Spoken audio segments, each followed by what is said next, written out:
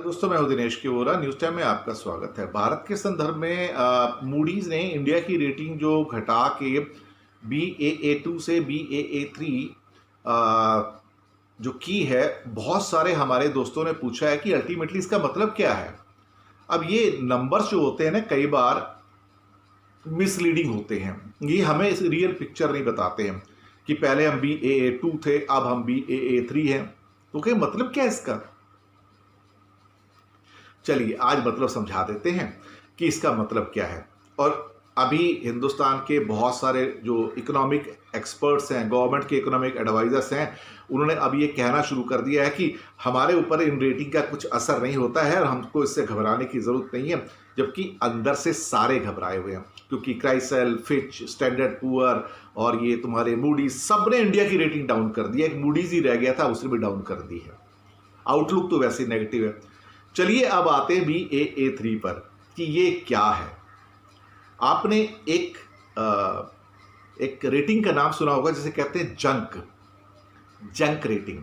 Junk rating का मतलब समझ गए? कबाड़ी, यानी कि पुरानी अखबार होती है ना, रद्दी में बेच देते हैं हम लोग, कबाड़, जिसकी कोई कीमत नहीं होती। हम उस जंक से, कबाड़ से 1 रैंक अबव हैं। अगर वो हमको 1 पॉइंट और डाउनग्रेड कर देते हैं तो इंडिया की इकोनॉमिक रेटिंग होती है जंक। यानी कि जंक का मतलब होता है कि यहां तो ना तो कोई पैसा लगाए, ना कोई इन्वेस्ट करे, ना ही कोई इंडस्ट्री खोले और ना ही कोई कुछ करे। दरअसल इसी बात ने गवर्नमेंट ऑफ इंडिया के कई ऑफिशियल्स को और कई इकोनॉमिक एक्सपर्ट्स को, जो सरकार को फेवर करते हैं, उनको परेशान कर दिया है कि ज्यादा करके जो रेटिंग्स अभी सारी की सारी दुनिया में आई हैं इंडिया की, वो सारी जंक से 1 या 2 स्टेप अबव है और मूडीज तो सिर्फ 1 स्टेप अबव है। और अगर कहीं 1 स्टेप और डाउन कर दिया हिंदुस्तान के फिस्कल हालात को देखते हुए, तो इंडिया यानी कि कबाड़ी ये इकोनॉमी के हालात हैं। एक इकोनॉमिक एडवाइजर ने कहा कि हमें इन बातों का कोई फर्क नहीं पड़ता, हिंदुस्तान इन रेटिंग्स को देख के नहीं चलता है, लेकिन फॉरेन के इन्वेस्टर रेटिंग को देख के ही आते हैं। जब वो इंडिया के अंदर पैसा इन्वेस्ट करते हैं तो देख के ही आते हैं। FD आती है तो ये सब देख के ही होता है। इंडस्ट्री में पैसा आता है तो देख के ही होता है, बिना देखे कुछ नहीं होता है। तो हम एक तरह से कबाड़ में क्यों आए, उसका कारण है। कारण एक ये भी था कि हम अप्रॉक्सीमेटली देखा जाए तो, जिसे क्या कहते हैं कि हमारे जो टोटल मिला के डेट टू GDP का जो रेशो था वो करीब 70% था, जो अब बढ़ के 84-85 पे हो जाएगा इस साल के एंड में।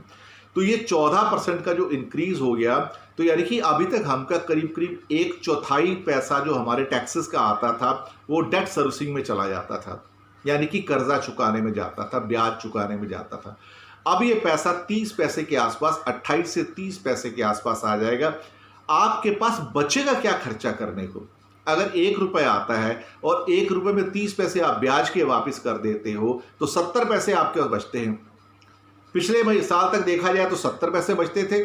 70 पैसे आप जो 70 बेसिस पॉइंट था आपका इस परसेंटेज में, अब वो 84 हो गया।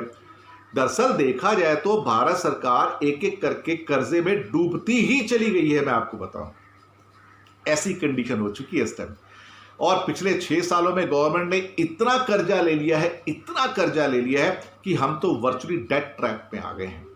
डेट ट्रैप में सरकार नहीं मानती है, क्या करें। लेकिन अब जो महंगाई बढ़नी शुरू करेगी, इसके बाद महंगाई का जो बॉम्ब फूटेगा वो लोगों के सामने सिर चढ़कर बोलेगा। शुक्रिया आपका हमारे साथ बने रहने के लिए।